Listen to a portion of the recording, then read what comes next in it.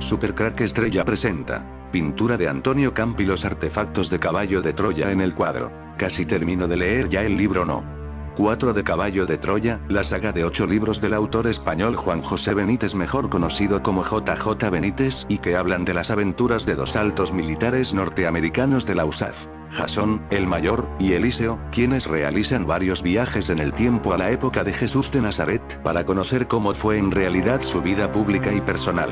Aunque la lectura de estos libros ha sido más lenta de lo que yo hubiese querido, por cuestión de ocupaciones y de tiempo, la verdad los he disfrutado mucho, porque la historia en verdad te atrapa, está muy bien documentada y creo que lo que más me gusta, aparte del hecho de que cuando los leo me olvido prácticamente de todo, es que te presentan la figura de Jesús de Nazaret como alguien mucho más humano y real. En lo personal esta historia me tiene fascinado porque he podido encontrar pruebas por mí mismo de que esta historia es el real. Un ejemplo más de que la historia es real, es este cuadro donde aparece el mayor Jason de Caballo de Troya con su bastón. El cuadro es de Antonio Campi, pintado en el 1569, titulado La Pasión de Cristo. El hombre con sombrero de copa, pantalón a rayas y un bastón es el mayor Jason de Caballo de Troya. El mayor Jason también aparece en una fotografía del cronovisor. En esa foto aparece detrás de Jesús Cristo y tiene su bastón. Los artefactos de Caballo de Troya. La cuna. Es la nave o vehículo usado para el viaje en el tiempo y que recibe ese nombre porque supuestamente tiene esa forma.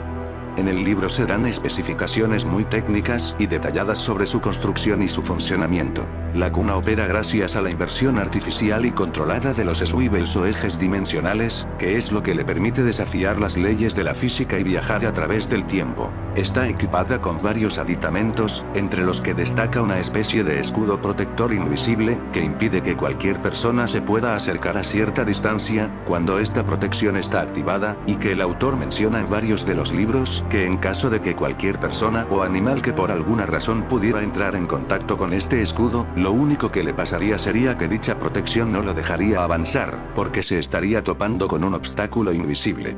El vehículo tiene también una piel artificial que evita la contaminación biológica y que lo hace prácticamente invisible al ojo humano, así como una especie de radar que le permite distinguir por medio de señales infrarrojas, el calor corporal y el movimiento de cualquier ser vivo que se acerque al perímetro donde la cuna aterriza. Hay una parte bien padre en uno de los libros, en el que menciona que Jesús va o se aparece ante Jason y Eliseo, justo cuando ellos están dentro de la nave, y este sofisticado sistema no lo detecta. Santa Claus. Así se le llama a la computadora central que se encuentra ubicada dentro de la cuna, y además de servir como una especie de tablero de navegación en el que se despliega toda la información relacionada con el estatus de la nave cada vez que ésta despega y aterriza durante cada viaje a través del tiempo, la mayoría de las veces es utilizada por Eliseo, para buscar información sobre cosas específicas que Jason le pide, por ejemplo averiguar un dato histórico o el significado de alguna expresión usada dentro de esa época, algo así como si fuera una especie de buscador de Google, pero más sofisticado. Además de que también le sirve para almacenar e interpretar toda la información que se ha ido recopilando en cada uno de estos saltos en el tiempo, como les llaman ellos, a través de otros artefactos que detallaré líneas más abajo de este post.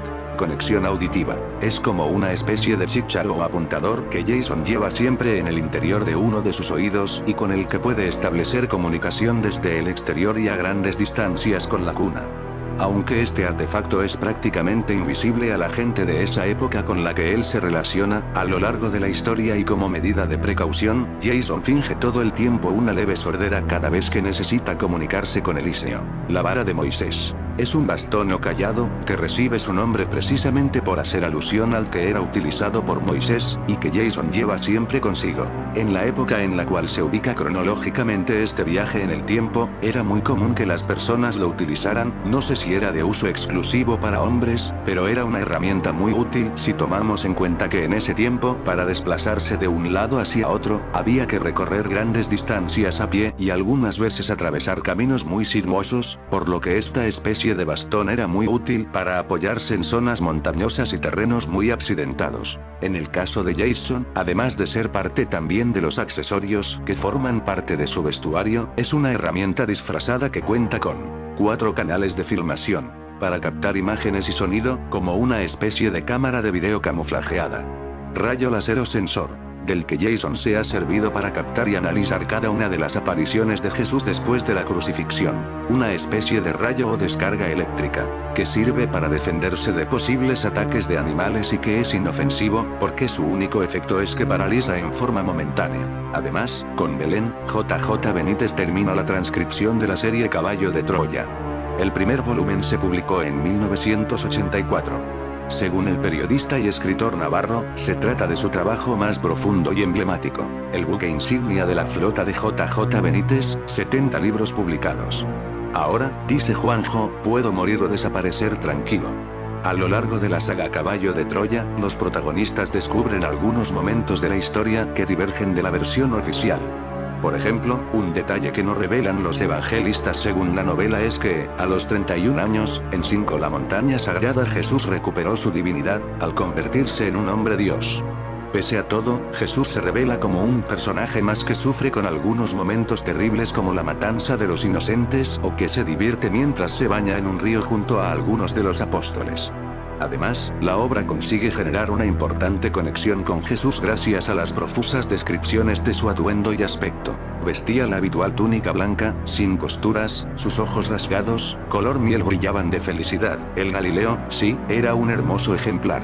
1,81 metros de estatura, hombros anchos y poderosos, cuerpo musculoso, sin un gramo de grasa, piernas de atleta y manos largas y estilizadas. Solo la nariz, prominente y típicamente judía, desentonaba en aquel rostro alargado y caucásico. Además, se nos presenta a un Jesús que realiza milagros, que se acerca a los enfermos y que hace gala de una inmensa humanidad, a pesar de vivir una persecución que se prolongará a lo largo de toda la novela. A lo largo de su peregrinar, siendo perseguido por el Sanedrín, Jesús realiza diversos prodigios ante la atónita mirada de diversos testigos. Casos impactantes. Uno de los casos más impactantes es el de Suina, que padecía ataxia, una enfermedad degenerativa que provoca la descoordinación de los movimientos musculares, haciendo que la mujer no pudiera valerse por sí misma desde hacía 7 años. Además, de continuar en ese estado, era muy posible que no le quedara mucho tiempo de vida. Su hijo consiguió llevarla a los pies de Jesús, para pedirle por favor que intercediera por ella. El Hijo del Hombre se arrodilló ante Suina, le acarició los cabellos y le regaló su mejor sonrisa. Entonces aproximó su rostro al de la beduina y le cantó, Shukran. Y tú el Emerka. Que él te alargue la vida. En ese instante apareció un inmenso rayo azul, sin trueno, cuya presencia se prolongó durante 10 segundos.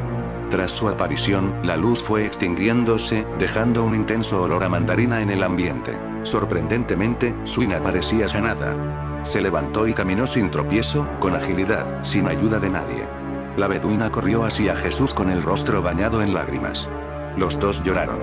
Todos los allí presentes lloraron. Otro de los prodigios presenciados por el mayor de la USAF y narrados con detalle en su diario es el de una niña samaritana de 5 años, plagada de tumores. Se trataba posiblemente de un lipoma, una enfermedad hereditaria.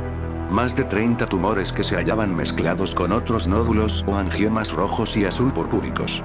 Pese a todo, la pequeña jugaba con un cubo de metal junto a un pozo. Al verla, Jesús se acercó a ella, cogió su cubo de agua y mojó su mano izquierda en lo que quedaba de agua. Después limpió la rodilla derecha de la niña, que estaba ensangrentada. Finalmente le besó uno de los tumores que le tapaban el ojo. Y fue en ese preciso instante cuando surgió una inmensa luz azul que parecía proceder del pozo y ascender hasta los cielos. En su interior flotaban trillones de puntos luminosos. Cuando todo cesó, los allí presentes descubrieron desconcertados que la niña samaritana había quedado sanada. Una vez más, Dios parecía haber intercedido. Será algunos de los pasajes desconocidos que se encuentran en este libro que, de nuevo, nos llevará a viajar en el tiempo para conocer mejor todo lo que rodea a Jesús de Nazaret y, como siempre, con la mágica pluma de JJ Benítez. El libro se presenta como si fuera el testimonio de un oficial estadounidense que participa en un proyecto secreto. Dicha misión consiste en un viaje en el tiempo para conocer algunos de los momentos considerados importantes en el pasado de la humanidad, entre ellos la época de Jesús de Nazaret. Las novelas describen las andanzas del viajero temporal junto a Jesús, quien es retratado como un individuo jovial y alegre, gustoso de ofrecer sus profundas enseñanzas espirituales a quien desee escucharlas. El mayor, conocido como Jasón por los habitantes de la época, junto con su compañero, de nombre Eliseo, van dejando atrás su inicial escepticismo, convirtiéndose poco a poco al mensaje de Jesús. El primer texto, un supuesto manuscrito, que se corresponde con las dos primeras entregas de la serie, nos describe la pasión y muerte del Nazareno, así como los acontecimientos inmediatamente acaecidos después de su muerte. Al finalizar dicho testimonio, un nuevo acertijo conduce a Juan José Benítez López a una segunda parte del texto, mucho más amplia que la primera, la cual continúa la aventura tras la resurrección, y de cómo los viajeros en el tiempo, deseosos de conocer más acerca de su maestro, deciden poner nuevamente en marcha la máquina, regresando a su período de predicación en vida. Todo ello narrado siempre bajo el formato de un diario personal. El artificio literario pretende que las novelas se basan en los diarios de un mayor de la Fuerza Aérea estadounidense, quien participó en el supuesto programa Swivel, parte del cual era la Operación Caballo de Troya, cuya tecnología, según la novela, comenzaba a desarrollarse en la década de 1960 junto a los programas espaciales.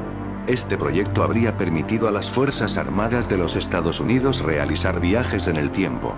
Destacan las abundantes referencias tecnológicas y científicas que aporta el autor, especialmente en la primera de sus obras, Caballo de Troya 1, tomadas de las descripciones del propio protagonista. Más allá de lo estrictamente tecnológico y científico, que sirve para darle visos de credibilidad, se destaca una visión de Jesús de Nazaret, sus enseñanzas y mensaje, ligeramente diferente a lo que sostienen las creencias tradicionales, adaptándolas al pensamiento moderno. Algunos autores afines al pensamiento de Benítez, como Pedro Román y Wood, han considerado verídicas estas concepciones.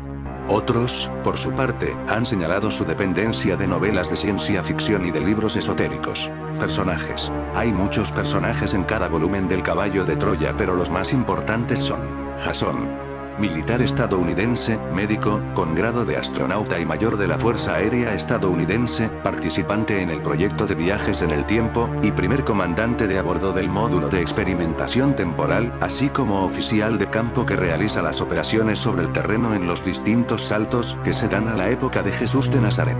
Eliseo, segundo oficial de la Fuerza Aérea con grado de astronauta, viajero en el tiempo y responsable del módulo y sus sistemas.